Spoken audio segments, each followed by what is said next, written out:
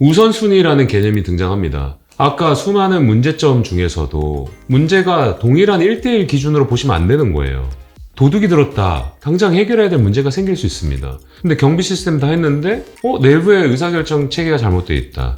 이거는 엄청난 리소스가 들어가는 일입니까? 아니거든요. 규칙이 필요하고 규율이 필요하고. 그러니까 모든 리소스를 모든 문제에 다 해결하실 필요가 없는 거예요. 그 논점화하는 과정에서 일부는 아까 말씀드린 대로 그 논점을 잘 설계해서 해결하면 나머지는 문제가 아닐 수 있게 되는 겁니다. 그러면 전체적으로 합을 놓고 보면 리소스의 투입은 오히려 줄어들 수 있어요.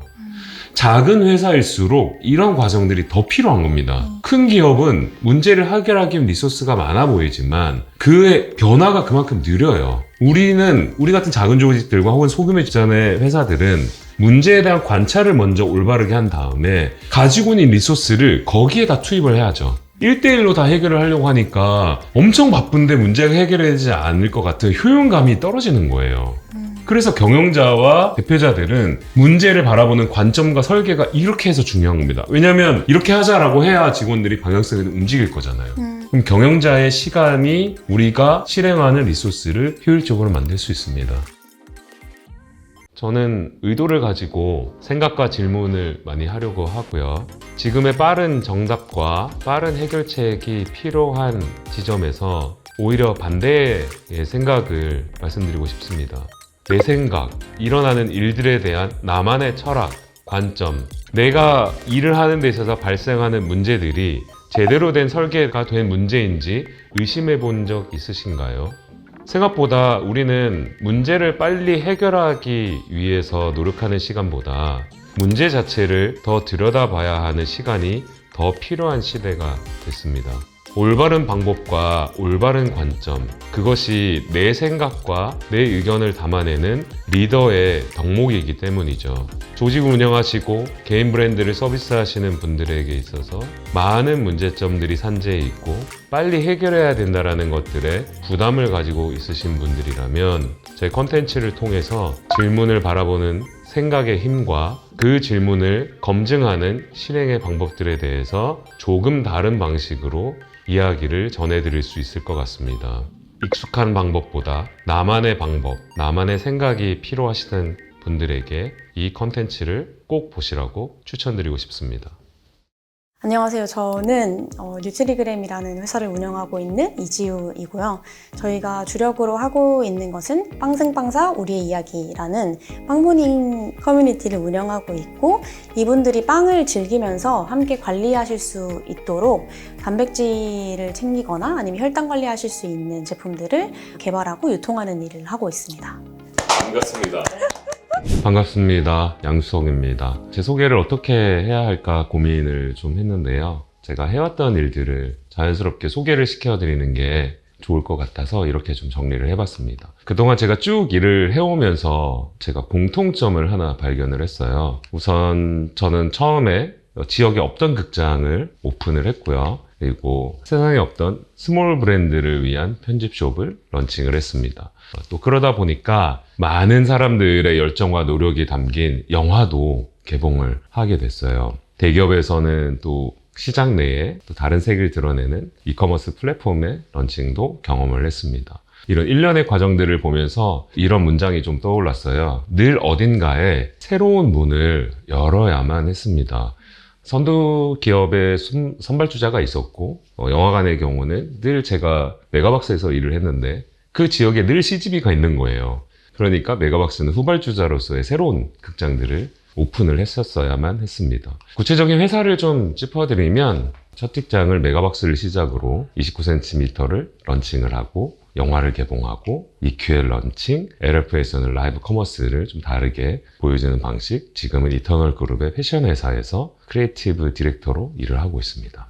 자, 이 얘기를 제가 쭉 한번 정리를 해봤어요. 이제 커머스 플랫폼의 영역이 있고, 그 다음에 영화 쪽 영역, 영화관의 경력들이 있습니다. 그런데 이 소개를 하려고 하다 보니까 너무 내용이 구구절절한 거예요. 이걸 좀 더 줄일 수 없을까라는 고민을 좀 더 해봤습니다. 그래서 좀 더 압축을 해본 버전이 총 경력의 절반은 이커머스 플랫폼의 경험이 있고, 또 절반은 엔터테인먼트 영역에서 마케팅을 해왔더라고요. 이 내용조차도 저한테는 뭔가 만족스럽지 않다라는 생각을 했습니다. 요즘같이 바쁜 세상에 자기를 소개한다라는 일이 너무 시간적인 소비가 많다라고 생각을 했어요. 그러다가 어느 날 스스로에게 이런 질문을 던져보았죠. 혹시 앞에 계신 대표님도 질문 한번 해보시면 좋은데요. 나를 어떻게 정의 내릴 수 있을까라는 고민을 하기 시작했습니다. 근데 그러다가 작년 가을쯤에 저랑 한 20년 넘게 차이 나는 젊은 마케터와 커피챗을 했어요. 그 친구가 한 2시간 동안 커피챗을 하고 난 다음에 저에게 이런 단어를 던져주더라고요. 프레임과 거부입니다. 프레임이라는 것은 어딘가에 정형화된 틀일 것이고, 거부라 함은 그 프레임을 거부한다라는 직설적인 의미가 있는데요. 이 두 단어를 제가 전에 듣고 그 친구한테 밥을 사고 꿈 사듯이 이 두 단어는 내가 쓸 테니까 너 쓰면 안 돼 라고 얘기를 했습니다. 그래서 저를 다시 소개를 해드리면 저는 프레임을 거부하는 신사업기획 마케터입니다. 이렇게 정의를 하고 나면 어떠실까요? 제가 쭉 구구절절 설명해 드린 것 대비 훨씬 더 명확하게 저를 인지하게 되시지 않으셨을까요? 아마 세상에 수많은 프레임을 거부하는 마케터가 있을 수도 있고 없을 수도 있습니다. 다만 마케터라는 역할을 고민하면서 내 서비스 혹은 내 이름, 내 브랜드가 어떠한 위치에 포지셔닝 돼야 할까라는 부분에 되게 고민을 많이 했어요. 그래서 제가 찾은 키워드고, 어쩌면 저랑 오늘 1시간 정도 나눌 대화 중에 핵심일 수도 있습니다. 나를 혹은 나의 서비스를 어떻게 정의를 해야 할까? 그 정의가 너무나도 소중한 시대가 됐어요. 자, 그렇다면 이 한 줄 정의는 저를 대표하는 속성이 되기도 하고 혹은 서비스를 대표하는 속성이 되기도 하겠죠. 한편으로는 기억을 하게 하는, 고객에게 기억하게 하는 강렬한 메시지가 되기도 합니다. 그럼 여기서 의문이 들어요. 한 줄 정의를 했다면 그 한 줄의 정당성이 필요합니다. 어떻게 프레임을 거부했었냐라는 거죠. 그 정당성을 쫓아가다 보면 저는 늘 일을 하는 데 있어서 남들보다 잘했어야 했고 시장의 고객의 기대에 부응을 했었어야만 했습니다. 그러니까 일 잘해라는 수준을 넘어섰어야 했어요. 그러니까 탁월해야 된다라는 높은 기준점이 있다 보니까 제가 이런 기준을 자연스럽게 쫓게 됐습니다. 제가 이 탁월한 일을 하기 위한 스스로의 기준은 바로 이겁니다. Break the rules. 규칙을 깨야 됩니다. 그러니까 프레임을 거부한다라는 용어의 정당성은 기존에 해왔던 사람들 혹은 기존에 해왔던 회사가 하지 않았던 일들을 해야 되고, 딱딱하게 정형화된 규칙이 있다면 그 규칙을 깨야죠. 그래서 저는 프레임을 거부하는 마케터라는 타이틀이 저의 어떤 설명이 되기도 하지만, 시장에 새로운 것을 만들고자 하시는 분들에게도 이 규칙을 말씀드리고, 본업에서 규칙을 깨실 수 있어야 새로운 걸 할 수 있다라고 말씀을 드리고 있습니다. 그러면 그래서 어떻게 하냐는 거죠. 그렇기 때문에 손님이 다시 찾아오지 않는다. 이런 논점의 설계는 대표님 혹은 경영자 측에서 뽑아내야 되는 논점화 과정이 필요한 거예요. 직원들이 쭈루루루루루 내용들은 올릴 수 있겠죠. 그러나 위에서 판단해 주실 분들은 그 현상들에 대해서 정리와 문제 정의를 잘해야 된다는 겁니다.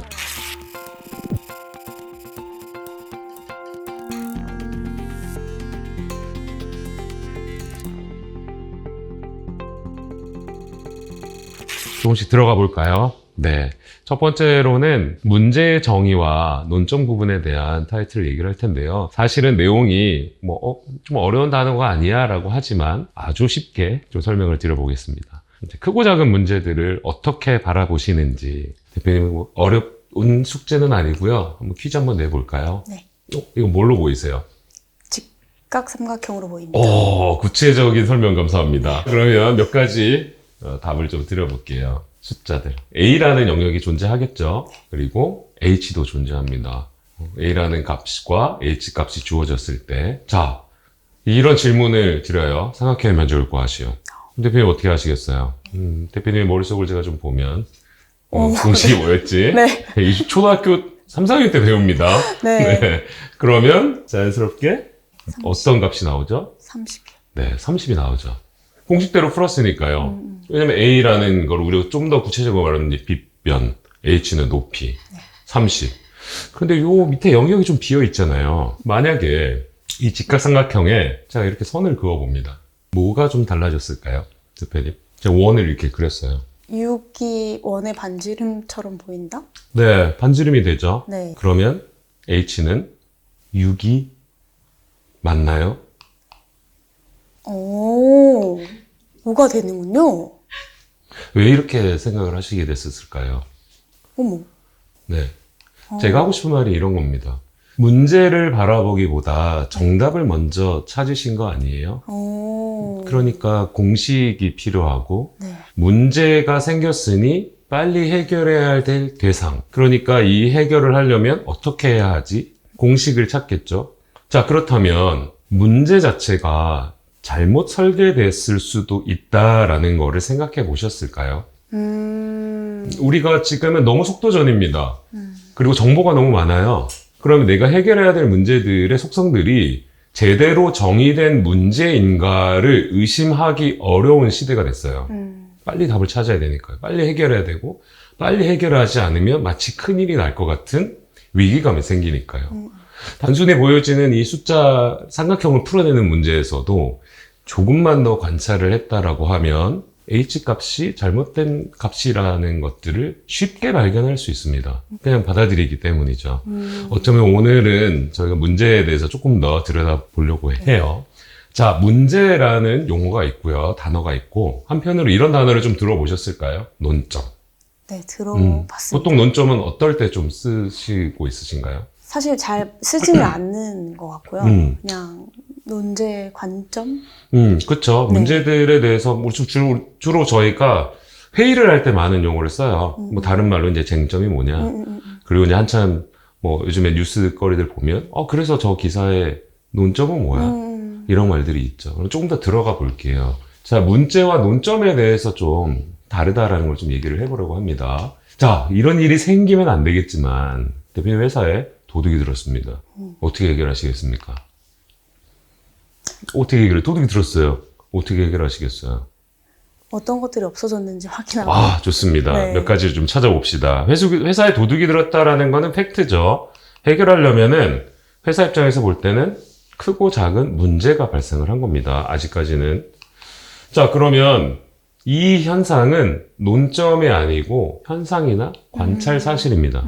우리가 회사에 도둑이 들었다 하는 건 지금처럼 문제라고 인식을 하시면 됩니다. 자, 그러면 이제 내부 회의를 하시겠죠? 해결을 해야 되니까요, 문제가. 자, 회사에 도둑이 들었다. 한 4가지의 현상들이 좀 발견됩니다. 첫 번째, 방범 체계가 제대로 갖춰져 있지 않았다. 뭐 보통 같았으면 막 세콤이 울리고 뭐 경비가 올렸어야 되는데 안 됐으니까 도둑이 든지 몰랐던 거예요. 자, 두 번째, 손해가 발생했어요.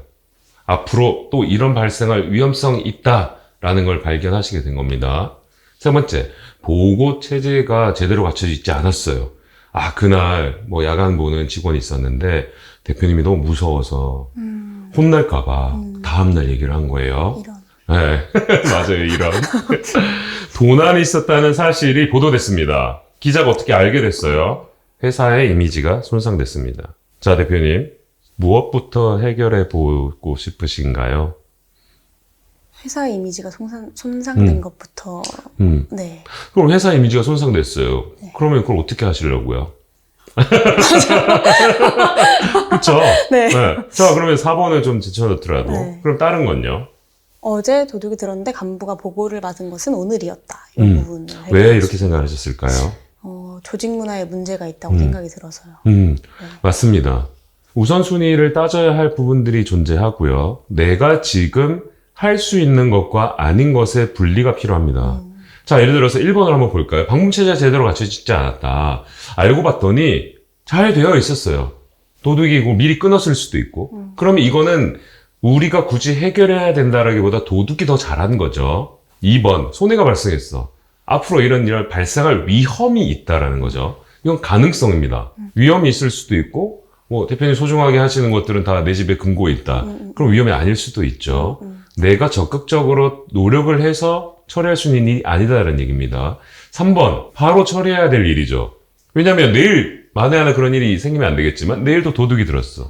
또 혼날까봐 보고를 안 했어. 이거는 조직적인 커뮤니케이션 방법론에서 바로 해결을 할 수 있다는 점입니다. 자, 볼까요? 모든 사항에 해답을 도출해내는 거는 본인들의 리소스와 의사결정 판단에 있어서 넌센스죠. 조금 더 들어가 보겠습니다. 중요 논점에 대해서만 해답하고 도출하고 실행해야 됩니다. 자, 이제 흑백 요리사 때문에 뭐 이런 말들이 좀 하는데요. 인기 있기도 하고 경영부진에 빠진 음식점을 좀 예를 들어봅시다. 자, 대표님께서 이제 아시는 음식점에 이런 일들이 좀 있어요. 잘 안 되는 거죠. 발견한 문제들이 있습니다. 맛이 없다. 아, 이건 좀 심각하죠. 손님이 오지 않는다. 찾아가기 불편하다. 주차장이 없다. 인테리어 센스가 없다. 외관이 변변치 못하다. 가격이 비싸다. 종업원들의 서비스가 나쁘다. 점주의 태도가 나쁘다. 자, 여기서는 무엇이 문제이고 무엇이 논점일까요? 그냥 떠오른 대로 한번 얘기해 보세요. 저건 논점인 것 같고 저건 문제인 것 같은데. 맛이 없다는 논점인 것 같고 맛이 없다랑 가격이 비싸다, 종업원들의 서비스가 나쁘다, 점주의 태도가 나쁘다는 논점인 것 같고 나머지는 문제인 것 같습니다. 와, 엄청 똑똑하시네요. 네. 그렇지만 사실 이 난이도가 좀 높습니다. 와우. 네. 제가 의도적으로 드라마틱하게 표현을 했지만 사실 이런 경우는 복합적으로 문제와 논점이 다 섞여 있는 경우예요. 그러면 무엇을 발견해야 되냐면요. 조합을 하셔야 돼요. 이를테면 이렇게 논점을 뽑아내셔야 됩니다. 가격에 비해서 맛이 없기 때문에 손님이 다시 찾아오지 않는다. 아까 말씀하셨던 가격이 비싸고 맛이 없다라는 것들은 논점을 잘 발견하신 겁니다. 그러면 그래서 어떻게 하냐는 거죠. 그렇기 때문에 손님이 다시 찾아오지 않는다. 이런 논점의 설계는 대표님 혹은 경영자 측에서 뽑아내야 되는 논점화 과정이 필요한 거예요. 직원들이 쭈루루루루루 내용들은 올릴 수 있겠죠. 그러나 위에서 판단해 주실 분들은 그 현상들에 대해서 정리와 문제 정의를 잘해야 된다는 겁니다. 두 번째는 봅시다. 자동차를 이용하지 않으면 불편한 장소에 위치해 있으면서 주차장은 없다. 그러면 주차장을 해결해야 되는 거죠. 그럼 그 의사결정을 누가 하겠습니까? 경영진 대표이사가 해야 되는 거예요. 자, 세 번째. 맛은 좋은데 외관이 초라해서 처음 방문하는 손님들이 들어가지 않는다. 맛은 좋은데 외관이 초라하다는 거는 직원들이 충분히 발견할 수 있겠죠. 그러면 처음 방문한 사람들이 오지 않기 때문에 경영부진에 빠지는 겁니다. 그러니까 우리는 실질적으로는 회사에 도둑이 들었다는 앞선 사례는 단편적으로 발생할 수 있어요. 복합적으로 나오는 문제들에서는 문제를 조합하고 그 조합된 걸 논점화할 수 있어야 실질적으로 그 조직에 대한 개선점이 도출된다라는 거죠. 이 규모와 상관없이 1인 브랜드 대기업이든 동일한 프로세스가 적용됩니다. 이 훈련들이 되게 당연하다라고 생각을 해보이는 것, 지금 의식을 가지고 하시진 않으셨을 거예요. 들어보시니까 좀 어떠세요, 대표님? 공감이 좀 되세요? 제가 아까 좌측에 있는 것들만 봤을 때는 맛이 없다, 맛을 좋게 만든다, 뭐 이런 식의 약간 단편적인 해결점만 그렇죠, 떠올랐다면 그렇죠. 네. 조합해 주신 것을 봤을 때 진짜 본질적인 문제에 접근할 수 있는 이게 논점화가 되는구나라는 생각이 들어서 맞습니다. 네. 저 논점을 해결하면 쭉 나열했던 문제들의 몇 가지가 한꺼번에 해결이 됩니다. 그러니까 1대1의 문제를 해결하는 것들이 효율적인 측면에서도 그렇게 바람직하지는 않다라는 거죠. 자, 정리를 조금 해드리자면 문제 해결의 의미가 있는 경우는 올바른 문제를 해결했을 때 뿐인 거고요. 문제를 바라보실 때 그 문제가 올바르게 정의되어 있느냐라는 것들을 대표님과 경영자들은 더 들여다볼 수 있어야 한다는 겁니다. 그래서 당신의 말에는 논점이 있습니까? 라는 질문을 드려보고 싶고요. 아마도 제가 여러 책들이 있겠습니다만 제가 최근에 읽은 책 중에는 질문이 무기가 된다라는 이 책이 실제 앞서 설명드린 것도 이 책에 나왔던 사례들입니다. 진짜 우리가 어떤 조직을 운영하고 서비스를 운영한다라고 했을 때 문제가 없을 수는 없어요. 문제가 없는 게 가장 좋겠죠. 하지만 문제가 발생을 한다면 논점화해야 된다라는 것들을 말씀드리고 싶습니다. 이거를 익히면 소상공인들이 어려울 일이 없을 것 같아요. 네, 맞아요. 저도 실제 카페를 운영하시는 분으로 생각을 한 거고요. 네. 그리고 그분의 건축가로서의 탤런트와 경력을 어떻게 자연스럽게 녹여낼까가 제가 사고의 흐름을 자연스럽게 가져온 거죠.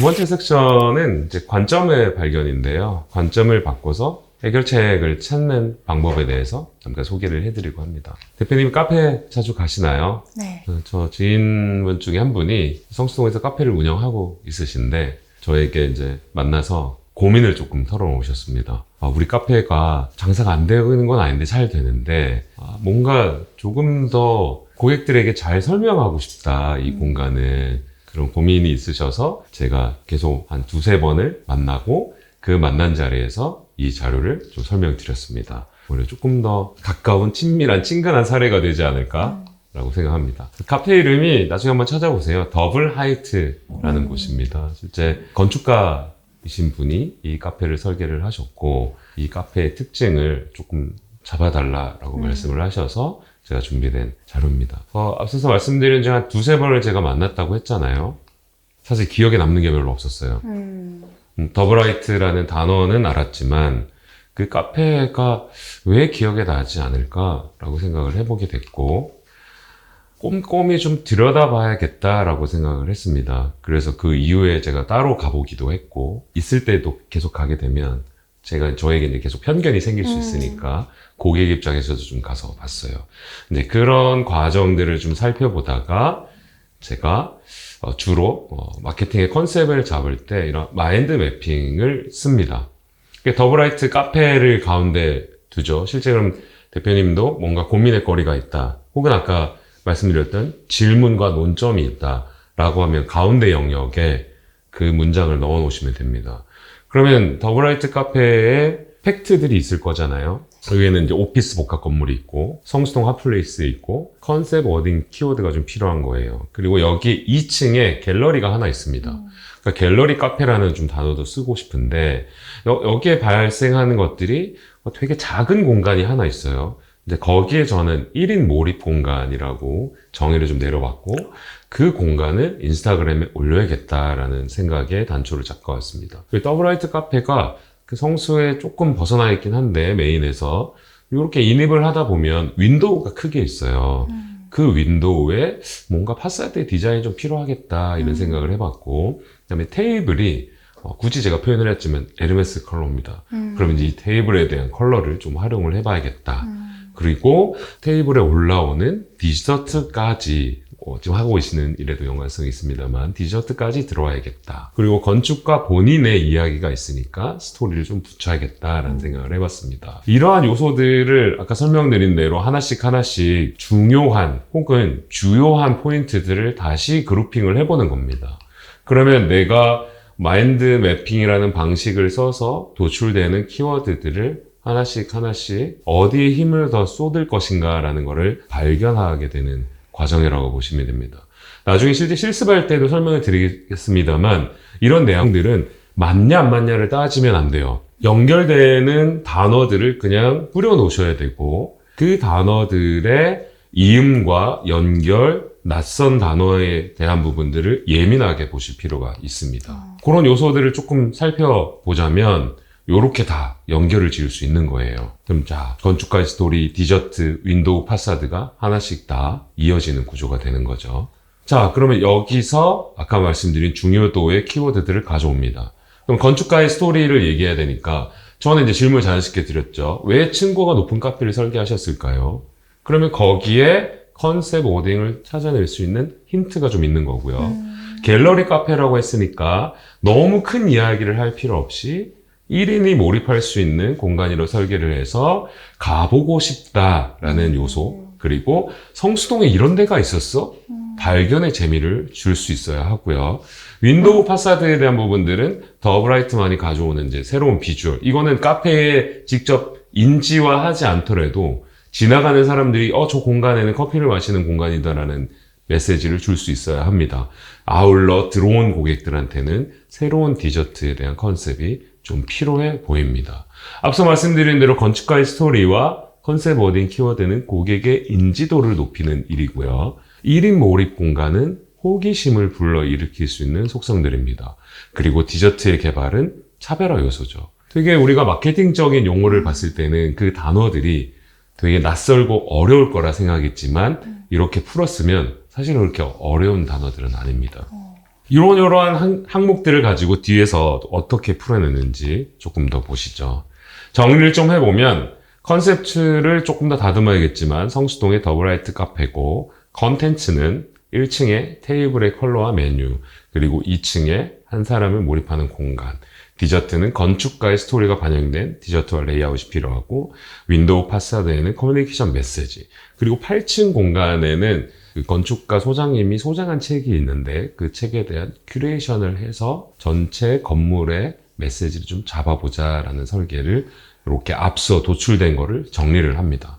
하나씩 좀 풀어보면, 컨셉에 대한 접근들은 성수동의 키워드를 필수로 가져가야 돼요. 그래야 성수동 카페라는 검색을 가져올 수 있으니까요. 두 번째는 층고가 높다는 걸 활용하고 고객은 무엇을 느끼게 되는가를 짚어줄 필요가 있겠죠. 그러면 성수동 나만 알고 싶은 탁 트인 개방감과 여유로운 분위기가 있는 더블 하이트 카페라고 풀었을 수가 있는 겁니다. 그러면 여기에서는 우리가 아까 말씀드린 탁 트인 개방감, 실제로도 보면 층고가 높기 때문에 성수동에 그런 공간이 없어요. 그리고 사람들이 거기서 층고가 높으니까 자연스럽게 여유로운 분위기가 조성이 됩니다. 그러면 이 요소를 가지고 이제 컨텐츠를 풀어나가야 되는 거죠. 두 번째는 우리의 강점을 적극적으로 표현할 필요가 있는 거예요. 단점을 숨기는 문제가 아니라 강점을 더 공격적으로 설명을 할 필요가 있는 거고, 이런 부분들을 제가 층마다 요약을 해보면 이런 형태가 나오는 겁니다. 1층에서는 성수동 메인에서 진입하는 동선을 잡고 우연히 발견하는 컨셉으로 촬영을 하자. 그리고 윈도우에는 레시피를 보여주는 컨텐츠 아트웍, 그리고 테이블과 디저트에서는 인스타그램 포스팅, 테이블에 디저트는 시즌을 반영하는 포스팅을 가고, 신메뉴의 포스팅도 같은 영역에서 이루어져야 되는 거고요. 2층의 경우는 1인 갤러리, 영상 컨텐츠, 8층은 그 큐레이션이 되는 겁니다. 실제 이러한 항목들을 구조화하시면 좋아요. 이게 카페라서 이럴 수 있는 거 아니에요 라고 생각을 하실 수 있지만, 대표님께서 지금 운영하시는 커뮤니티를 하나의 구조물로 놓는다라고 하면 요소들을 다 뜯어내실 필요가 있는 거예요. 그 커뮤니티에는 목적성에서 컨텐츠는 커뮤니티의 밝은 모습이나 애티튜드를 드러낸다라고 보여주실 거고요. 핵심에 다루시는 프로덕트는 무엇이냐? 그러면 그건 우리는 우리 커뮤니티에서 제대로 전달을 하고 있나? 이런 것들이 체크리스트로 들어가면 된다는 말씀입니다. 사고의 구조적인 접근을 말씀드리려고 한 거예요. 파사드는 높이가 있기 때문에 2층을 저는 단순히 높은 카페요라고 말하고 싶지 않았던 거예요. 이런 파사드에서 창을 활용한 높이가 고객들에게 자연스럽게 인지를 시킬 수 있는 겁니다. 층고가 높아요 라고 말하는 순간 커뮤니케이션 메시지가 세로미가 좀 떨어져요. 대신에 이런 높은 아트웍이, 길이감이 보여지는 아트웍이 있다라고 하면, 아, 저기는 뭔가 개방감이 이런 게 좋겠구나라는 것들을 고객들로 하여금 상상의 여지를 줄 수 있다는 거죠. 실제 이런 워딩도 좋습니다. 우리가 커피를 마시면서 새로운 아이디어를 찾기도 하잖아요. 그러면 내가 저 공간에서 커피를 마시고 싶다라는 욕망을 살짝 건드려주는 거죠. 건축가의 스토리를 상징하는 디저트 좀 필요해요. 지금 제가 봤을 때는 여러 가지 것들을 일반적으로 만드시기도 하고 사실도 하셨지만 좀 다르게 봤으면 좋겠다라는 것들을 제안 드려봤습니다. 실제 이런 이미지 디저트 보셨을까요? 아니요. 네, 없는 건 아니고요. 초콜릿으로 만든 겁니다. 이런 걸 보셨을 때 느낌이 좀 어떠실까요? 예술 작품 같다? 아, 네, 그것도 네. 좋고요. 실제 저는 이렇게 차곡차곡 쌓아 올린 이미지도 생각이 들더라고요. 네. 그래서 이런 디저트들을 직접 찾는 게 좀 어렵다라고 하면 제가 그분에게 제안드린 형태는 이런 형태입니다.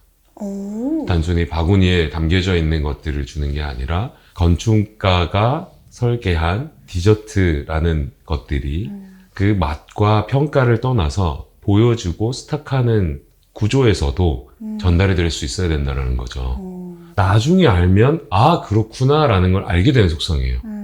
그러니까 구구절절 여기에 뭐 쓸 필요는 없겠죠. 아 이 디저트는 이렇게 해서 만들었고 뭐 이렇습니다 라는 게 아니라 고객이 궁금해서 찾아볼 수 있도록 설계하는 것, 그것이 사실은 더 중요한 관점의 변화라고 보실 수 있겠습니다. 소장님의 책들을 지금은 두서없이 막 꽂아 놓으셨어요. 그러니까 너무 정신이 없더라고요. 그래서 실제 영감을 받으시는 것, 생각을 정리하고 새로운 경험을 얻으시는 것, 일상의 건축과 몰입의 경험을 했던 것들을 제가 쭉 책을 다 갖고 계신 거 소장책을 다 받았고 그 책들을 이런 방식으로 다 분류를 해드렸습니다. 그래서 시간의 건축, 건축가의 호기심, 건축가의 수집, 건축가의 생각. 똑같은 100권이라도 어떻게 정리를 하고 어떻게 큐레이션 하느냐에 따라서 그 공간을 보는 고객들이 전달받는 메시지가 달라진다라고 생각을 해요.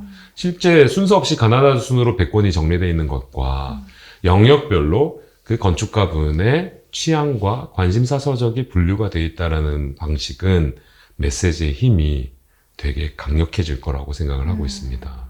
사실 어떻게 이렇게 발견하시는지가 제일 궁금해서 네. 이게 그러니까 처음에 그 더블라이트라는 카페 이름을 말씀해 주셨을 때 그냥 그 이름만으로 저한테 인식이 됐는데 이걸 이렇게 펼쳐서 설명을 해주시니까 진짜 가보고 싶다라는 마음이 너무 좋은데 그럼 진짜 성공을 했네요. 근데 아까 말씀드린 대로 그 시작점은 마인드 매핑에서 시작합니다.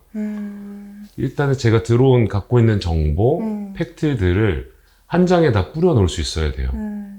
그래서 이게 논리적으로 접근하면 안 되거든요, 처음에. 직관적으로 떠오르는 생각들을 툭툭 던지실 수 있는 용기가 좀 필요하고요. 네. 하다 보면은, 이게 맞나? 라는 계속 의문을 가진단 말이에요. 그러면은 진짜 내가 평소에 인지하고 있던 단어들을 끄집어내기가 어려워요. 무의식적으로 생각했던 것들이 던져 나와야 나중에 그 조합을 해야 되거든요. 이 조합을 하는 데는 좀 스킬이 좀 필요합니다. 뭐 엄청난 스킬이라기보다 좀 훈련이 필요해요. 네네. 그러면 이제 그거를 이제 가설이라고 하는데요. 네. 그 가설을 수립하는 거는 사실은 엄청난 그 노하우가 있는 게 아니라 꾸준히 의문을 가지고 우리가 아까 질문과 논점을 찾듯이 그런 방법에서 나온 겁니다. 예를 들면 디저트가 왜 건축가의 정체성을 반영하지 못하지? 라는 게 저의 첫 번째 질문이었어요. 네. 자, 그러면 반영할 수 있어 라는 가설을 수립하면 네. 반영할 수 있는 방법론을 찾으면 되잖아요. 디저트를 만드는 게 어렵다. 그러면 내가 취할 수 있는 거에서 빠른 판단을 해야죠. 두 가지의 경우. 직접 만드는 게 어려워. 알았어. 이러면 만들겠네. 그러면 패키지라도 바꿀 수 있을까? 그럼 패키지를 보여줄 수 있는 예시가 뭐지? 이게 꼬리에 꼬리를 무는 거예요. 질문을 던지는 게 정말 중요해요. 네, 맞습니다. 그래서 첫 번째 세션이 질문이었고 네. 그 질문을 좀 다르게 관점화하는 게 두 번째 세션인 거죠. 질문을 가지고 다르게 바라보고 그걸 증명하고 실행해 보는 것.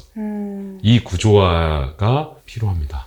이거를 익히면 소상공인들이 어려울 일이 없을 것 같아요. 네, 맞아요. 저도 실제 카페를 운영하시는 분으로 생각을 한 거고요. 네. 그리고 그분의 건축가로서의 탤런트와 경력을 어떻게 자연스럽게 녹여낼까가 제가 사고의 흐름을 자연스럽게 가져온 거죠. 저희도 지금 유튜브 채널을 만든 지가 아직 한 2개월 정도 됐는데 콘텐츠를 만들 때 어떻게 보면 있는 것에서 강점을 발견할 수도 있겠지만 내가 강점을 설계할 수도 있겠구나 이런 생각이 그렇죠. 그리고 당연한 것도 의심하라라는 것에서 15초가 주어졌을 때 이걸 채우려는 생각뿐만이 아니라 내가 보여주고 싶은 것이 뭔지 내가 달성해야 될 목표가 무엇인지를 생각하고 거기서 거꾸로 넘어갔다라는 게 저한테 엄청 인사이트가 있었던 것 같아서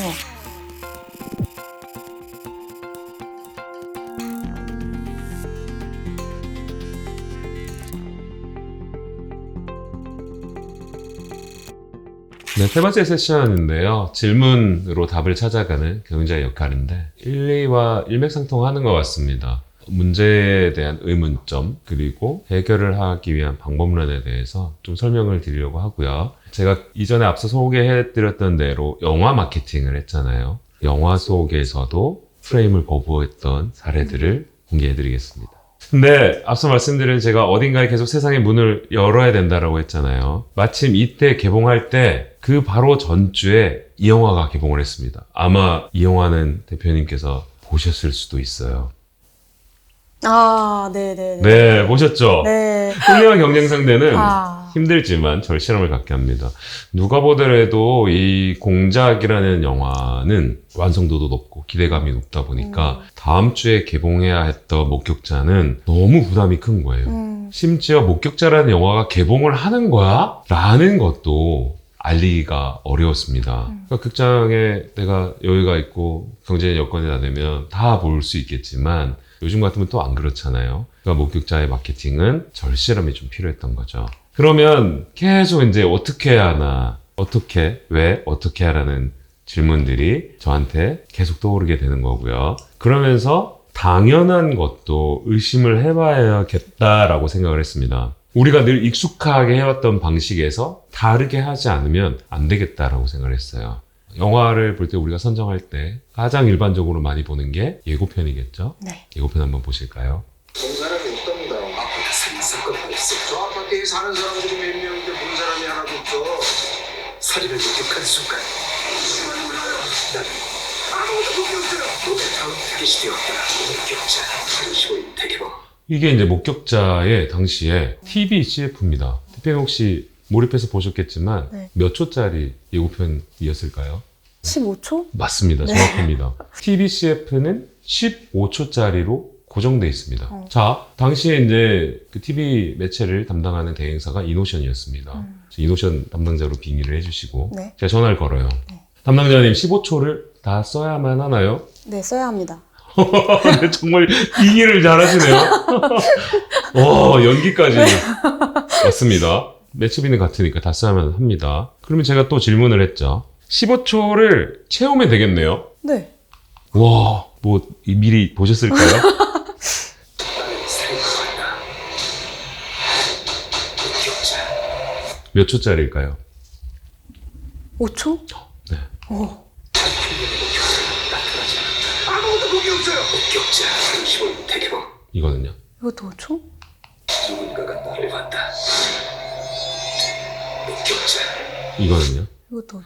물어봤으니까 뭐 속으로 세고 계셨겠지만 자연스럽게. 자, 그러면 합치면 15초. 왜 이렇게 만들었을까요? 제가 목격자 8월 15일이라는 메시지를 전달하는 게 중요했습니다. 왜냐면 앞에 공작이 있었으니까요. 목격자의 스토리 뭐 이런 걸 잘 모르겠고 다음 주에 개봉해. 그러면 확실하게 전달해야 될 메시지는 이 두 단어겠죠. 자, 15초에는 이 두 단어가 몇 번 나왔죠? 한 번 나옵니다. 5초짜리의 세 편에서는 3번? 맞습니다. 세 번 말하고 싶었어요. 15초도 길다 생각한 거예요. 그러니까 15초를 5초짜리로 잘랐었던 거고 그래서 이노션 담당자한테 제가 다 채우면 되겠네요 라는 답을 한 겁니다. 처음 있는 일이에요. 왜 당연한 거를 의심했냐. 3번을 말하고 싶은데 그 15초에 하려고 하니까 3번을 잘라서 5초짜리로 만들면 되겠네 라는 생각을 하게 된 겁니다. 그러니까 단순히 자른 게 아니라 목적을 가진 사고에서 접근과 실행을 했다라는 거예요. 그러니까 모두가 똑같이 예고편에 15초를 썼을 때 5초를 바라볼 수 있는 질문을 던져야 되는 거죠. 자, 영화를 더 보고 싶게 만드는 방법이 더 필요했어요. 왜냐하면 TV CF가 가지는 한계가 있거든요. 우리가 뭐 지금도 뭐 보면 요즘 TV 잘 안 보잖아요. 이 당시에도 많이 보기도 했지만 뭔가 TV CF에서 매체가 커버가 되는 것들이 뭔가 더 확산을 해야 할 필요가 있겠다라는 생각을 했습니다. 그러다가 늘 제가 뭐 어떤 뭐 마케팅이던 컨설팅을 할 때 핵심적으로 보는 것들은 그 한 줄 정의들을 이제 살펴보는데요. 영화도 한 줄 정의가 있습니다. 메인 카피죠. 살인자와 눈이 마주치는 순간 나는 놈의 타겟이 되었다가 목격자의 한 줄 카피입니다. 나는 살인마다. 목격자. 누군가가 나를 봤다. 목격자. 영화를 이제 만약에 기회가 돼서 다시 한 번 더 보신다면 이 목격자는 영화가 시작하고 나서 10분까지 벌어지는 일입니다. 살인이라는 행위가 벌어지고 목격자와 눈이 마주치는 순간까지가 영화 시작부터 10분간 빠르게 전개가 돼요. 자, 그렇다면 사람들은 몇 분부터 이후부터 궁금해할까요? 대표님은 몇 분 이후가 궁금하세요? 10분을 봤어요. 몇 분부터가 궁금하신가요? 11분? 네, 그렇죠. 네. 그 다음에 11분. 그렇다면 우리에게 가진 10분은 강력한 무기가 될 수 있겠네요. 카카오 페이지에 영화 개봉 최초로 본편 영화를 10분만 공개를 합니다. 와. 이때 업계에 난리가 났었어요. 왜 영화를 극장에 먼저 개봉을 안 하고 카카오 페이지라는 플랫폼에 개봉을 하냐고. OTT가 아니에요. 지금은 뭐 그럴 수도 있겠다라는 게 아니라 10분만 보여줬으니까 여기에 봤던 10분만 본 사람들은 극장으로 올 수 있지 않았을까요? 뒷이해가 궁금하니까요. 네네. 모든 영화가 이 전략을 쓸 수 있는 건 아닙니다. 예를 들면은 1분부터 쭉 사방만 나오는 영화들을 보면 10분이라는 가치는 없겠죠. 그러니까 명확하게 말씀드리고 싶은 얘기는 뭐냐면 내가 가지고 있는 장점을 얼마나 잘 활용을 할 수 있느냐인 거고요. 제가 몇 달 전에 읽은 책 중에 이런 표현이 있더라고요. 니시노 아키히로 씨의 혁명의 팡파르라는 책에 이런 구절이 있습니다. 가치가 없는 것은 무료로 제공해도 돈이 발생하지 않는다.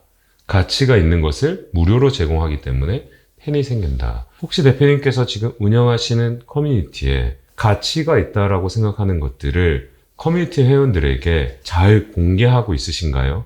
혹은 마치 이게 영업 비밀인 것처럼 내가 공개를 하면 안 돼 라는 딜레마에 빠지고 계시진 않으신가요? 내가 가치 있는 것을 제공해야 팬이 생기고 그게 커뮤니티를 더 성장시킬 수 있는 방법론 중에 하나가 될 수도 있겠다라는 생각을 해봅니다.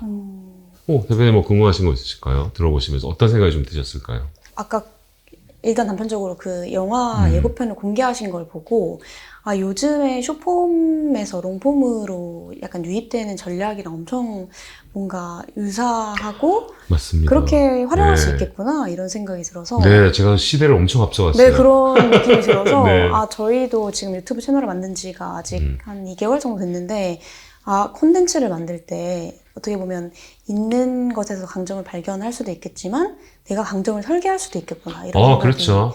네, 들었고요. 네. 그리고 이 뭔가 당연한 것도 의심하라라는 것에서 15초가 주어졌을 때 이걸 채우려는 생각뿐만이 아니라 내가 보여주고 싶은 것이 뭔지, 내가 달성해야 될 목표가 무엇인지를 생각하고 거기서 거꾸로 넘어갔다라는 게 저한테 엄청 인사이트가 있었던 것 같아서 이렇게 바라봐야 되는구나 이런 생각을. 맞습니다. 네. 말씀하셨던 커뮤니티의 강점은 대표님의 생각이실 수도 있겠습니다만 저는 커뮤니티 회원들 안에 답이 있다고 생각을 해요. 그들의 이야기를 할 수 있게 설계를 해주셔야 돼요. 누구나가 이런 거부감이 생길 수 있잖아요. 대표니까 저런 얘기할 수 있지.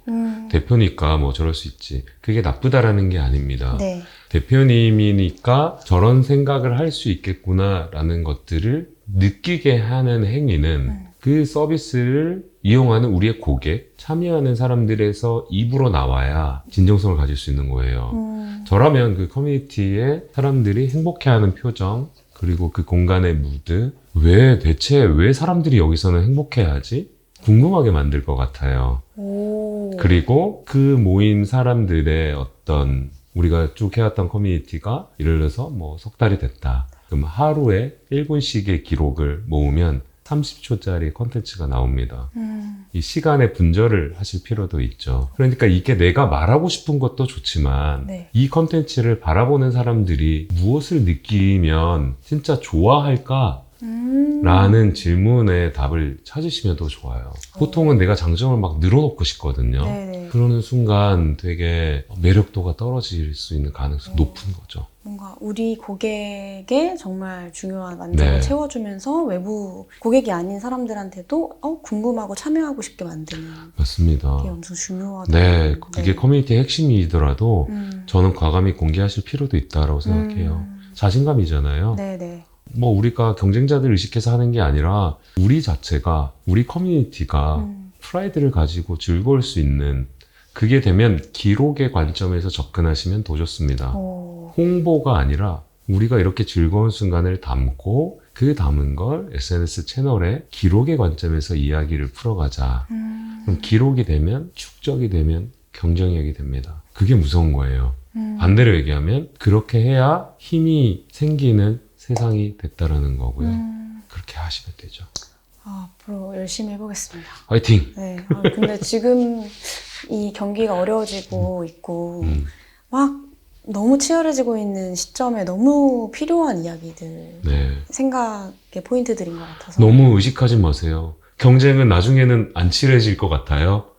더 치러집니다. 네네. 그냥 내가 잘하고 있는 거에 집중하시고 네네. 내가 이 커뮤니티를 잘 빌드업하는 이유가 뭐지? 뭐가 나의 서비스의 본질이지? 우리 고객은 어떤 순간에 기뻐하지? 라는 것들을 찾아가시면 돼요. 너무 재밌게 해볼 수 있을 것 같아요. 네. 감사합니다. 이 질문으로 브랜드의 소신 기준점을 다르게 책정하고 성장 가능성 있는 브랜드를 더 집중하기로 합니다. 그러니까 하나의 전략적인 방향, 그 조직을 운영하는 대표자, 경영진이 생각해야 할 방향성의 무게가 이토록 중요하다는 거죠.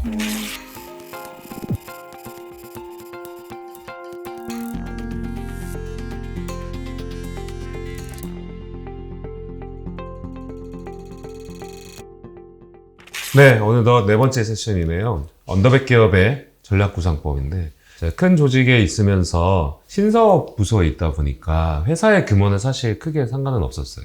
어딘가에 아까 말씀드린 대로 세상의 문을 열었던 것의 이면에는 새로운 신규 서비스들을 계속 런칭을 해왔고, 그 서비스들의 시작점에 대해서 좀 설명을 드려보려 합니다. 혹시 EQL 아세요? 들어만 봤습니다. 잘 네, 모르겠어요. 전문 패션몰이고 한섬에서 운영을 하고 있습니다. 지금 성수동에 가보시면 오프라인 샵으로 좀 크게 유명해진 곳이에요.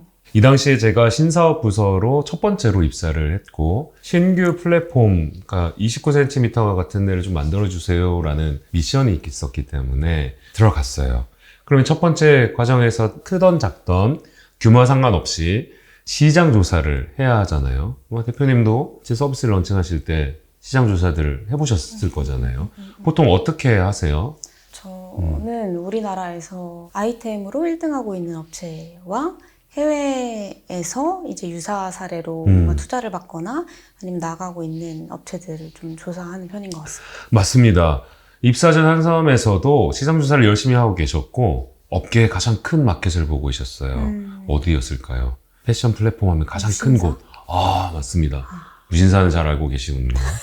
이미 이제 그때도 무신사는 이게 한 3년, 4년 전이었으니까 큰 마켓이었습니다. 그러면 무신사를 바라보고 있는 우리 플랫폼 입장에서는 신규 플랫폼이니까 소싱 브랜드의 기준이 좀 필요하겠죠.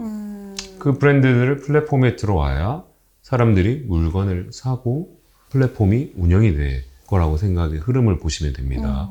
그럼 소싱 브랜드의 기준들을 정의를 하고 있는데 무신사를 이제 보고 있는 거죠.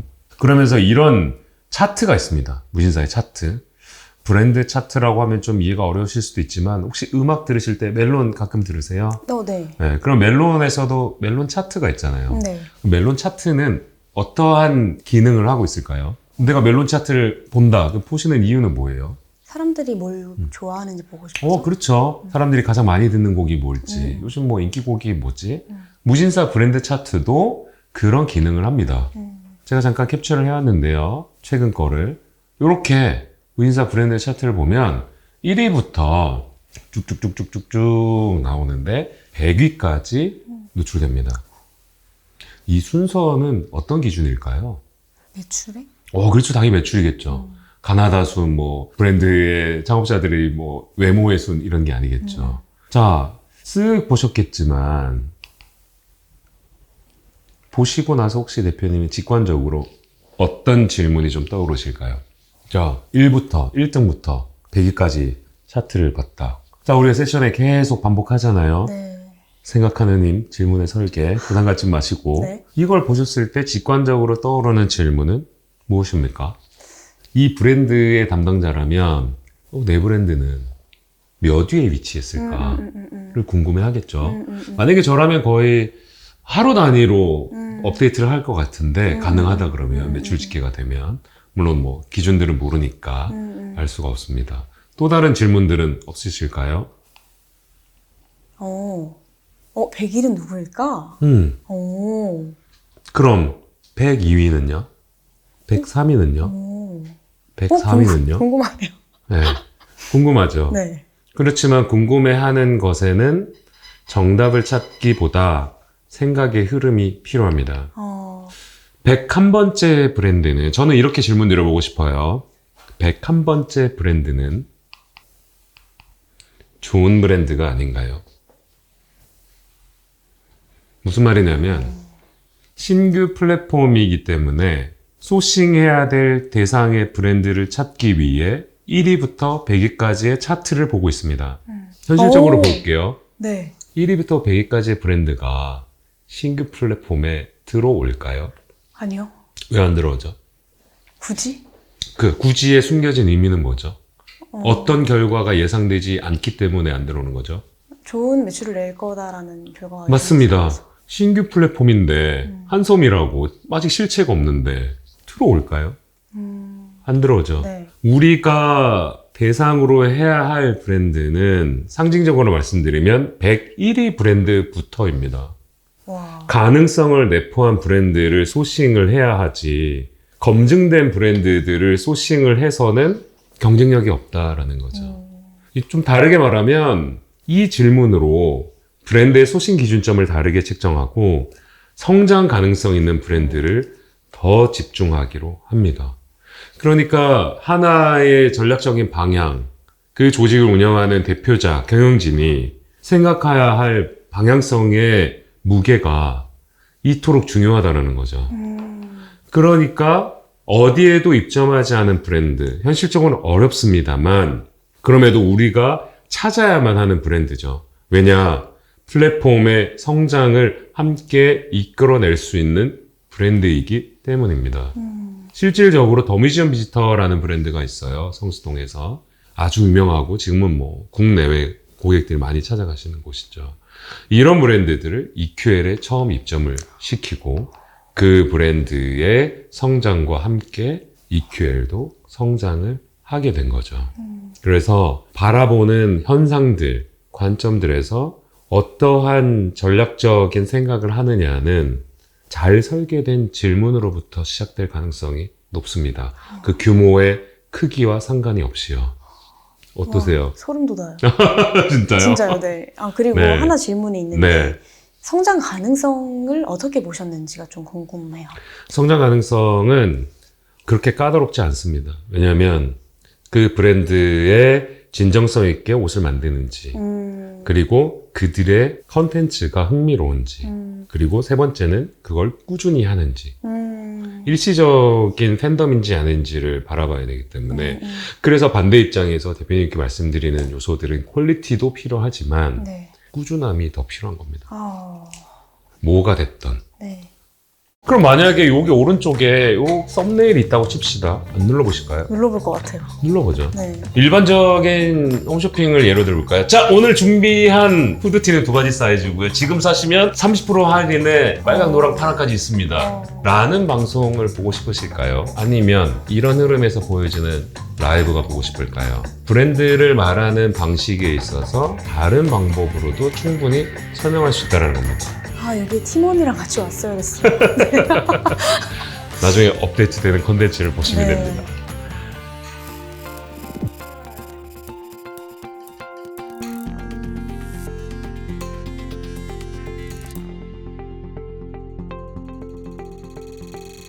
다음 세션을 넘어가 볼까요? 낯선 번호로 전화가 옵니다. 우연히 받게 됐어요. LF 비서실이라고 하더라고요. 이제 커피챗을 좀 하고 싶다라고 요청이 와서 누구실까요? 했더니 이제 부회장님이신 거죠. LF의 부회장님. 네, 이분이 이제 업계에 좀 관심 있는 친구들한테 연락을 해서 차 한잔 마십시다 이런 얘기를 한 거죠. 제가 이제 한섬에 있을 때고 EQL을 런칭하고 성장을 했으니까 네네. 그 부회장님의 레이더에 이제 들어온 거겠죠. 저 친구 좀 관심 있는데 데리고 와봐 그렇게 하셨겠죠. 그래서 저는 이제 LF 직원은 아니니까 이분이 박학다식한 것도 알고 있었고 감히 제가 대화를 좀 이끌어봐야겠다라고 생각을 했습니다. 뭐 LF 직원이었으면 제가 못했겠죠. 그래서 예상을 벗어난 질문을 해야겠다. 제 주특기.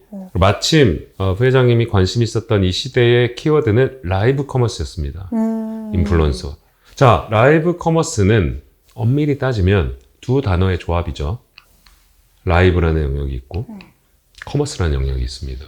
이 두 단어를 합쳐져서 그냥 우리가 자연스럽게 받아들인 거예요. 라이브 커머스, 라이브 커머스. 그러면 두 단어에 합쳐진 것들을 보다 보니 의도적으로 제가 떨어뜨려 놓으니까 모두가 커머스에 집중을 합니다. 당연한 거예요. 커머스를 1시간 동안 팔아야 되니까 할인이 들어가죠. 그러면 이제 브랜드 제공원 입장에서는 일단 수익률을 좀 까야 되죠. 그래도 많이 팔 거니까. 그러면 이제 수익이 세이브가 됩니다. 사람들이 많이 들어오는데 댓글을 좀 달게 하고 싶은 거예요. 안 그렇겠어요? 그냥 가만히 있는 것보다. 그러니까 또 이게 스타벅스 쿠폰을 또 줘야 되죠. 그러면 또 수익률이, 고객은 더 좋지만 수익률이 떨어집니다. 그래도 많이 파니까 괜찮다라고 생각합니다. 여기서 이제 저의 주특기가 또 발동하는 거죠. 질문을 떠올려 보는 거죠, 이제. 그리고 부회장님께 이런 질문을 드려봤습니다. 부회장님으로 빙의를 해주시고요. 네. 이런 질문을 들어보겠습니다. 라이브 커머스인데 부회장님 꼭 팔아야 됩니까? 그게 무슨 소리입니까? 맞습니다, 맞습니다. 근데 이제 점잖게 말씀해 주신 거잖아요. 근데 내부 직원이었다 그러면은 뭐라고 하시겠어요? 내부 직원이. 팔려고 하는 건데 이거를 네. 뭐 팔아야 하냐고 질문하면 뭐 이게 무슨 소린가? 그렇죠. 나가 이런 거 네. 있죠. 나가거나 여기 지금 제정신이야? 이러겠죠. 이제 역시 대표님이라 빙의를 잘 하시네요. 직원이 이렇게 대표님 이제 뭐 꼭 팔아야 돼요라고 하면 안 팔려면 뭐 할 건데 이런 거잖아요. 이제. 네. 자, 라이브 꼭 팔아야만 하니까 레드오션입니다. 팔지 않아도 되게 만들면요. 블루오션 아닐까요?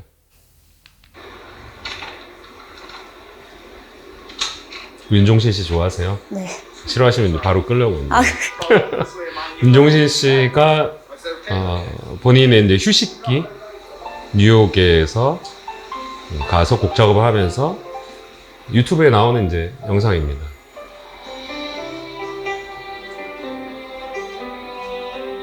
저도 윤종신 씨를 좋아하지만 뭐 음악을 좀 듣다가 보니까 윤종신 씨 저 오른쪽에 있는 가방이 궁금해지시다고 하더라고요. 안경 혹은 저 위에 자켓은 뭐일 것 같지? 지금 유튜브 채널을 보지만 이건 라이브인 거죠. 윤종신 씨 입장에서는. 그러니까 저 사람의 콘텐츠를 보고 있는데 궁금한 게 생기고 여기서 이런 인사이트를 얻습니다. 라이브 커머스라는 것이 제한된 스튜디오에서 할 필요는 없겠구나. 찾다가 이런 친구를 또 발견합니다. 이 친구는 이런 DJ 믹싱을 하는 친구예요. 요걸 들고 뭐 케이블카, 뭐 사막, 수영장, 뭐 어디든 자기들이 가고 싶어 하는 데를 다 떠돌아다니는 친구입니다. 혹시 뭐 보시고 어떤 느낌이 좀 드세요? 너무 뭐 비트박스, 웅강웅강. 너무 자유롭다? 자유롭다. 네. 그죠? 저도 자유롭다고 느꼈어요. 네. 그런데 저도 그 자유로움을 느끼고 싶은데 믹싱은 못할 것 같고 이 후드티 뭐지? 지금 저 두 나팅클럽 뭐야 저거? 이렇게 네. 계속. 그럼 만약에 여기 오른쪽에 이렇게 썸네일이 있다고 칩시다. 안 눌러보실까요? 눌러볼 것 같아요. 눌러보죠. 네. 일반적인 홈쇼핑을 예로 들어볼까요? 자, 오늘 준비한 후드티는 2가지 사이즈고요. 지금 사시면 30% 할인에 빨강, 노랑, 파랑까지 있습니다. 라는 방송을 보고 싶으실까요? 아니면 이런 흐름에서 보여지는 라이브가 보고 싶을까요? 브랜드를 말하는 방식에 있어서 다른 방법으로도 충분히 설명할 수 있다는 겁니다. 자, 여기까지 설명을 하니까 뭐 돈도 많이 들고 그렇다고 하더라고요. 그리고 라이브를 왜 1시간만 해야 하지? 24시간 하면 안 돼? 한참 우리가 코로나 때 스터디 윈미라는 영상 채널입니다. 유튜브 이걸 틀어놓고 하는 거예요. 자, 이제 슬슬 이제 대표님 이제 학습 효과가 되셨을 겁니다. 뭐가 보이시죠? 조명이요. 또? 저 패드? 패드 또? 뭔가 모락모락 계속 뭐 나오죠? 가습기. 저 가습기는 대체 뭐길래 24시간 나올까? 자, 여기에 가습기 썸네일이 있다. 안 눌러보실 겁니까? 좀 조금 눌러볼 것 같아요. 여기에 유명한 쇼호스트가 필요한가요? 아니요. 공간에 대한 세팅이 아니 뭐 1분의 세팅이 필요하겠죠. 구구절절 설명이 필요합니까? 24시간 라이브가 가능한 겁니다. 여기 팀원이랑 같이 왔어야 됐어요. 나중에 업데이트되는 콘텐츠를 보시면 네. 됩니다. 자, 하나뿐인 지구라는 MBC 다큐멘터리입니다. 미니멀리스트 얘기예요. こんにちは。佐々木文夫と言います。 이것들을 보면서 좀 힌트를 얻는 거죠. 물건을 적게 소유하는 행위는 이미 지금도 많은 트렌드가 됐죠. 이 친구들은 깔끔한 세탁기 책상. 근데 저 선풍기 뭐지? 저 사람이 선택한 유일한 하나라고 하면 僕は 너무 궁금할 것 같은 거예요, 이제. 네. 저 사람의 기준에서 선택한 저 하나는 뭘까? 예쁜 걸 남겨놨을까? 기능적인 걸 남겨놨을까? 이런 것들이 왜 라이브로 안 하지? 물론 뭐 지금 이게 유튜브랑 뭐가 다른 거야? 라고 하면 그래서 지금 유튜브는 썸네일 기능을 붙였어요. 제가 이걸 설계를 할 때는 그 썸네일이 없었던 거고요. 유튜브가 잘하고 있는 거죠. 어떤 점을 좀 느끼셨어요, 대표님? 내가 이 소비재 물건이라고 하는 것을 꼭 팔아야 된다고 생각하고 있었는데, 사람들한테 이것이 가치롭고 뭔가 흥미로워 보이게 만드는 것이 훨씬 중요하구나 라는 걸 느꼈고요. 네. 그리고 보면서 그냥 계속 어떻게 이런 생각을 할 수가 있지? 하는 소름이 돋아가지고. 그게 라이브죠. 레퍼런스를 바탕으로 기획자를 좀 보여드릴게요. 결론적으로는 제가 LF에 들어간 거예요. 이 얘기 때문에. 네. 그래서 내부 기획을 이렇게 했습니다. 우리가 길거리를 가잖아요. 익숙한 풍경이시겠죠. 네. 가로등이 있고. 가로등을 이렇게 유심히 보다 보니까 이런 단어들이 떠옵니다. 라이트? 스테이지가 될 수 있겠는데? 이런 게 가능하지 않을까? 옷을 파는 패션쇼를 가로등 아래서 할 수 있는 거 아니야? 라이브로? 네, 춤에 이제 심취해 계시는군요. 네. 자, 예술 작품을 소개하는데 아트를 하고 있는 모습을 보여주면 되는 거 아니야? 실제 이런 컨텐츠를 만들고 라이브를 설계하고 이런 바이럴 시키겠습니다라는 이제 기획서고요. 이 두 가지를 하다 보니까 또 역시나 비용 구조가 너무 높은 거 아니야? 그러시는 겁니다. 그러면 모든 걸 다 덜어낸 장바구니를 보여주는 라이브입니다. 여기에 이효리 씨의 장바구니라면요? 안 보시겠어요? 너무 궁금해요. 궁금하죠? 네. 여기에 뭐 쇼호스트가 오늘 소개한 이효리 씨의 장바구니는 이걸 담으셨고요. 구구절절 붙는 순간 이 컨텐츠는 매력도가 떨어집니다.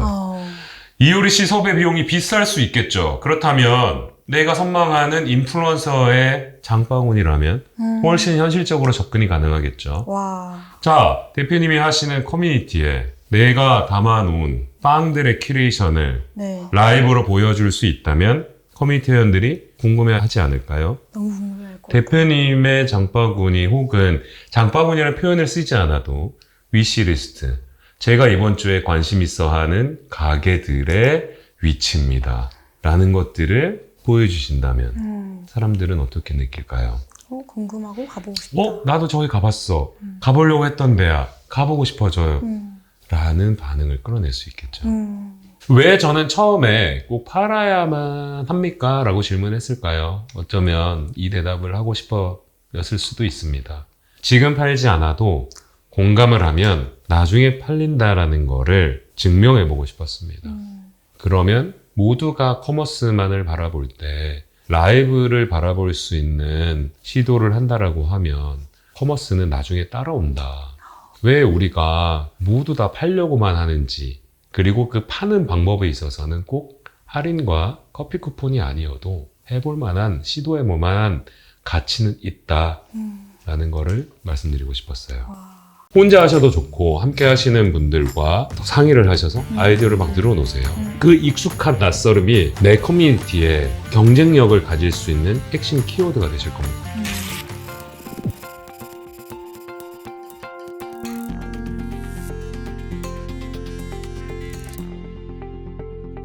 자, 실전 훈련을 좀 해볼까요? 앞서서 이제, 그럼 강사님 어떻게 그렇게 다 하셨냐라는 질문들이 있는데요. 제가 매뉴얼을 좀 만들어 봤어요. 실제 우리가 첫 번째로 해야 할 매뉴얼의 핵심은 뭐냐면, 내 브랜드의 본질이 무엇인가를 정의 내려 보실 필요가 있습니다. 그리고 최대한 그 브랜드를 한 줄로 표현해 보셔야 돼요. 줄일 수 있을 만큼, 덜어낼 수 있을 만큼 덜어내셔야 됩니다. 그 다음에 브랜드의 스토리를 붙이셔야 되는데요. 지금 대표님 혹시 본인의 하시는 커뮤니티 서비스를 혹은 뭐 이전에 따르게 하고 있던 제품에 대한 브랜드 한 줄 정의 어떻게 하고 계신가요? 저희는 빵생빵사 우리의 이야기라고 하고 있습니다. 아주 심플하고 좋네요. 빵생빵사 우리의 이야기. 네. 거기에 덧붙이는 스토리가 좀 있으신가요? 원래는 빵생빵사 당신을 위한 넘버원 채널이었는데요. 네. 여기서 저희가 이게 단순히 매거진이 아니라 고객이 참여하고 싶고 내가 참여한다는 느낌을 가지면 좋겠다라는 생각이 들어서 당신을 우리로 바꾸고 이야기라는 걸 덧붙이게 되었어요. 그래서 이제 그때부터 조금 저희 커뮤니티 활동 같은 것들도 콘텐츠로 조금 녹여내려고 노력을 좀 많이 하고. 네. 네. 우리라고 전환하신 설정이 너무 좋네요. 그럼 소속감이 생길 거고, 네. 그럼 우리의 이야기를 앞으로 풀어나가시면 되겠네요. 네. 자, 그러면 그럼에도 불구하고 뭐 고민의 지점은 많이 있으실 거라고 생각을 해요. 그러면 내 타깃에 대한 고객 정의가 좀 필요한데요. 그게 연령이나 뭐 범위가 될 수도 있는데 그냥 일반적으로 우리는 2535 여성들이 많이 찾아요라고 하지 않으셨으면 좋겠고요. 네. 어떻게 혹시 타깃 설정을 하고 계세요?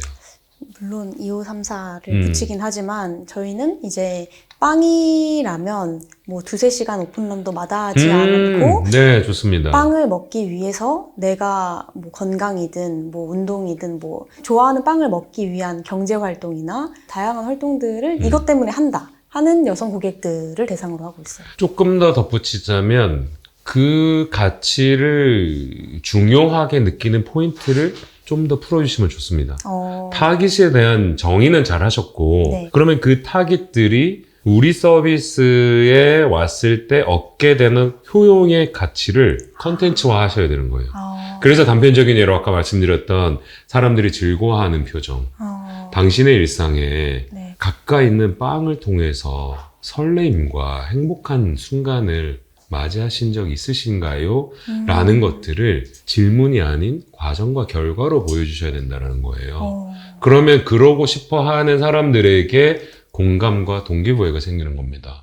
우리 커뮤니티는 남들과 달라 이런 얘기들을 구구절절 애써서 막 차별점을 찾으려고 하지 마시고 참여했던 사람들에게 보여지는 감정, 저걸 어떻게 담아낼까? 그러려면은 몇 가지의 뒷단의 가치는 있어야 돼요. 그게 설렘일지, 기쁨일지, 행복감일지 조금 더 들어가시면 좋고요. 설렘이면 어떤 설렘인지 예를 들어서 빵을 먹기 전에 15초의 향을 맡는 설렘인지 그런 디테일하게 들어가야 돼요. 내가 2시간 동안 기다렸는데 바로 한 입 베어 먹을 수도 있겠지만 그걸 음미하려고 하지 않을까요? 네. 그러면 우리 커뮤니티의 고객들은 빵을 마주했을 때의 10초를 중요하게 생각하는 사람입니다. 라는 설계가 가능해집니다. 그러면 그 컨텐츠에 10초의 여백을 두실 수 있겠죠. 바로 왜 안 먹어? 그게 아닌 거죠. 우리 커뮤니티만의 하나의 절차인 거예요. 예식인 거고. 그게 딱딱하지 않게. 그러면 그걸 꾸준히 하셨을 때 커뮤니티의 시그니처 컨텐츠가 나오는 겁니다. 그러면 설렘이라는 키워드에 뽑아낸 거잖아요. 네. 제가 갑자기 이걸 엄청나게 분석을 해서 한 게 아니잖아요. 생각의 흐름을 따라간 거거든요. 와, 그런 지점들을 잘 짚어내시면 좋아요. 저도 나중에 그렇게 되고 싶어요. 잘 하실 거예요.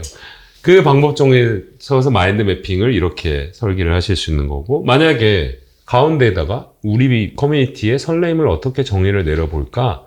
라고 하면 생각나는 단어들을 뿌려놓으시면 되는 거예요. 혼자 하셔도 좋고 함께 하시는 분들과 상의를 하셔서 아이디어를 막 늘어놓으세요. 정리는 이제 대표님 하시고 그러면 예상하지 못했던 낯선 키워드들이 떠오릅니다. 그러면 그런 것들을 캐치하시면 돼요. 그 익숙한 낯설음이 내 커뮤니티에 경쟁력을 가질 수 있는 핵심 키워드가 되실 겁니다. 빵을 마주하는 10초의 향, 그건 여기만에 할 수 있는 거 아닐까요? 남들도 할 수 있어요. 먼저 하면 되는 거죠. 와. 그러면 이제 이 관심사, 의문, 질문들을 앞서 말씀드린 대로 마인드 매핑에 떠오르는 생각들을 뿌려놓고 그 해답에 대한 방법론을 쭉쭉쭉 찾아봅니다. 그리고 나서 목표하는 지점에 대한 목표 수치화도 필요해요. 이게 매출적인 부분이 아니라 우리 컨텐츠를 어떤 사람들에게 얼마나 보여주지? 예를 들어서 꾸준히 한다 그러면 한 달에 한 번씩 할까? 일주일에 한 번씩 할까? 15일에 한 번씩 할까? 이런 기준점들은 필요해요. 실행을 하기 위한 목표 지점이 필요하다는 말씀이고요. 그리고 나서 이 과정들을 다 거친 다음에 다시 나의 브랜드 한 줄 정의를 들여다봅니다. 그러면 분명히 달라집니다. 내가 막연하게 우리가 생각했던 워딩들에 대한 의문을 가지게 되고 이게 맞나? 다른 워딩이 없을까? 전혀 색다른 워딩이 없을까를 찾게 되는 노력이 되고 그 과정을 통해서 다시 정의를 하실 수 있으실 거예요. 그게 정의가 되면 이제 보이겠죠. 우리 인스타그램 채널 그게 맞게 하고 있나? 유튜브는, 블로그는, 뉴스레터는 기준점이 잡히면 그 기준점에 맞게 컨텐츠를 설계하시면 됩니다. 그러니까 논점을 잘 찾고 이걸 해결하는 과정을 걷고 있을 때 그 과정에서 내가 정말 맞게 가고 있는지를 다시 한번 생각해 보려면 어떻게 해야 될까? 이런 질문이 좀 드는 것 같아요. 네, 그래서 기준점이 필요한 거예요. 실제 브랜딩과 아까 마케팅에 다르지 않는 것 같다라고 하는 지점은 뭐냐면 기준점이 브랜딩이고요. 마케팅은 실행단입니다. 오히려 하고 계시는 커뮤니티에서는 해야 할 것보다 하지 않아야 될 기준을 잡는 게 더 중요합니다. 해야 될 건 수십 가지가 될 수 있어요. 네. 저것도 해야 되고 뭐 다른 커뮤니티는 이거 한다는데 우리는 해야 돼, 뭐 알아야 돼. 근데 우리 커뮤니티를 우리 커뮤니티답게 더 만드는 기준점의 명확한 기준은 하지 않아야 될 걸 올바르게 보는 판단의 기준이에요. 그러면 반대로 얘기하면 우리가 하지 않아야 될 것 반대로 가면 우리다움의 기준이 있으신가요? 그게 없다면 그걸 세워야죠. 우리 커뮤니티는 뭐 예를 들어 처음 온 사람들에게는 이런 웰컴을 한다. 우리의 커뮤니티는 예를 들어서 반말하지 않는다. 그럼 문화를 만들어가는 것, 기준점을 먼저 세우셔야죠. 네. 그러면 실행하는 과정에 이게 맞냐 안 맞냐라는 판단을 하실 수 있지 않을까요? 너무 좋습니다. 어느 선박에 문제가 생겨서 작동이 되지 않았어요. 큰 배. 아무리 해도 해결되지 않아서 전문가를 불렀습니다. 저 같은 이제 전문가를 이제 부른 거죠. 전문가가 이것저것 보더니 큰 배에 한 군데 망치를 두드렸는데 문제가 해결됐습니다. 구구절절한 이제 과정을 생략하자고요. 그리고는 10만 파운드를 청구했습니다. 선주에게. 10만 파운드가 대략 얼마인지 혹시 아세요? 와. 1.7억입니다. 한일 기준. 자, 선주세요. 고쳤어요, 제가. 1.7억을 요구했습니다. 어떤 의문이 듭니까? 이게 정말 1.7억의 가치가 있는 일이었을까? 맞습니다. 이제 선주가 불평을 한 거죠, 저한테. 아니, 아저씨 갈 때 다르고 나올 때 다른 격인데 당신이 한 일이라고는 망치를 하나 두드린 것 뿐인데 10만 파운드나 된다고? 당연히 의문을 가지게 됐죠. 그럼 저는 어떻게 했을까요? 비용 청구서에 이렇게 썼습니다. 견적서 이제 비용 청구서를 이제 드린 거예요. 망치질 1파운드. 정확한 곳의 진단 99,999파운드. 혹시 우리는 망치질만 하고 있진 않습니까? 당장 해결해야 될 문제에 급급해하고 빨리 답을 찾아야 하고 앞서 첫 번째 세션에서 보여드렸던 질문에 대한 어떤 검증의 단계 없이 망치질만 하고 있는 건 아닙니까? 브랜드의 성장은 올바르게 던져진 질문과 실행으로 차이를 만듭니다. 아무리 훌륭한 레시피를 가지고 있어도 직접 해보지 않으면 나의 요리를 완성할 수 없는 법입니다. 저와의 시간을 통해서 하나라도 해봐야겠다라는 마음이 드셨다면 너무 좋겠습니다. 감사합니다. 오늘 어떻게 들으셨어요, 대표님? 제가 사실 이 빵부닝이라는 커뮤니티를 올해 1월에 시작해서 1년 동안 정말 사람들한테 좋은 가치를 주자라고 생각하고 달려왔는데 이제 1년이 넘어가는 시점이 되니까 뭔가 수익을 창출해야 되는데 어떻게 이걸 돈으로 만들 수 있지? 이런 생각을 한켠에 하게 되더라고요. 근데 오늘 이 말씀해주신 내용들을 듣고 나서 내가 뭔가 수익을 창출해야지, 가치를 줘야지 이걸 따로 생각하는 게 아니라 사람들한테 가치를 주고 우리한테 참여하고 싶은 마음을 들게 만들고 흥미를 가지게 만들면서 그 이면에서 돈이라는 가치가 생겨나게 만들 수도 있는 거구나. 맞습니다. 네, 그 과정을 하신 걸 또 들려주시니까 정말 할 수 있는 거구나 라는 생각이 들어서 오늘 엄청 뭔가 용기를 가지고 이 커뮤니티를 좀 잘 정말 가치로운 커뮤니티이면서 수익도 잘 탄탄하게 내는 어떤 기업으로 성장하고 싶다는 꿈을 가지고 정말 잘 우리의 문점은 무엇인지를 먼저 던져보는 것부터 당장 해보고 싶다는 생각이 듭니다. 너무 감사합니다. 응원하겠습니다. 아니 진짜 찐이에요, 찐. 와, 그래서 이렇게 느껴져요. 그래서 와, 꼭 봬요. 네, 진짜요. 네.